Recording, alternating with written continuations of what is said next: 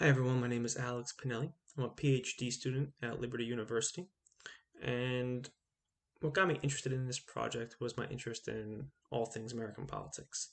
And so my key research question was I wanted to look into the 1828 election. I wanted to see if the issues in two newspapers were really more locally focused or nationally focused. And so what I did was I examined two newspapers, like I said, the Constitutional Whig, and I studied and researched into the Richmond Enquirer.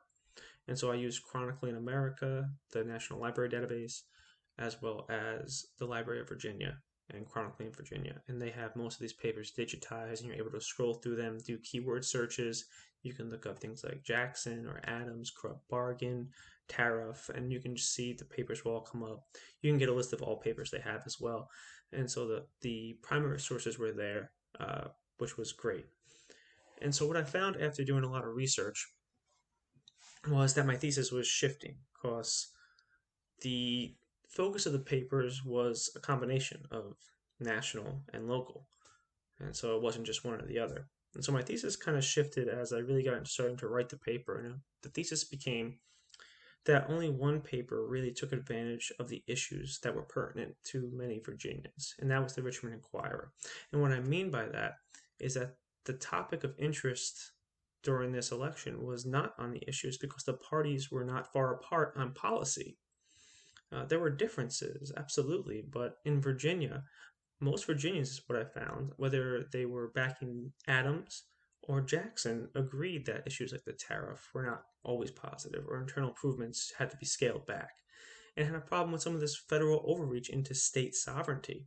And so even the constitutional Whig, when it's making its defenses against Adams, they're very tepid. They're not these overarching great defenses that are, policy rebukes. No, it's always about Jackson's character. He's hot tempered. He can't be trusted. He's going to become a military chieftain. And so it's all based on that. He's illiterate, things like that. And so they don't touch on really any of the main issues that were essential to Virginians. However, on the other side, the Enquirer was able to capitalize on the fact that the corrupt bargain had been a huge part of the 1824 election, and this idea of corruption was central to the Richmond Enquirer. And what was important about that is that it wasn't just corruption, it was the idea that those people in power were encroaching on the people's rights to pick somebody. And this fed into the idea that the federal government was encroaching on the rights of states. And so it implicitly was taking that message of corruption and it tied it to this larger message that was very important to Virginians, which was that the people were getting their rights taken away by the federal government. And so it wasn't just the corrupt bargain, but it was corruptions. They were pointing out Adams exacting a double salary, buying a pool table, not putting all his expenses into account, really hard attacks on Clay, and then kind of his language he used. They called him monarch as a monarch, right? They kind of tried to tie him to that. And so again, this goes back to this idea that the power of the people was going to get taken away and put to this central place, which was also, again, an issue important to Virginians. And the Richmond Enquirer was really able to capitalize on that, while the Whig only focused on the character of Jackson to the and really didn't focus at all on putting the issues at the forefront of their campaign, which they really couldn't. The constitutional Whigs' kind of defense the whole thing was if someone says that Adams is for the tariff or internal improvements, your defense should be that so is Jackson. And to a certain extent, they're right. And so, what's important about this? So what's important about this is that it just shows that the parties at this time, as many people know, were together. Actually, there wasn't this big split among the parties. The second party system hadn't begun yet, and Virginia wasn't very divided on these issues. Virginia was kind of at the forefront of pushing back against uh, this idea of nationalism as a whole, especially in the 1820s.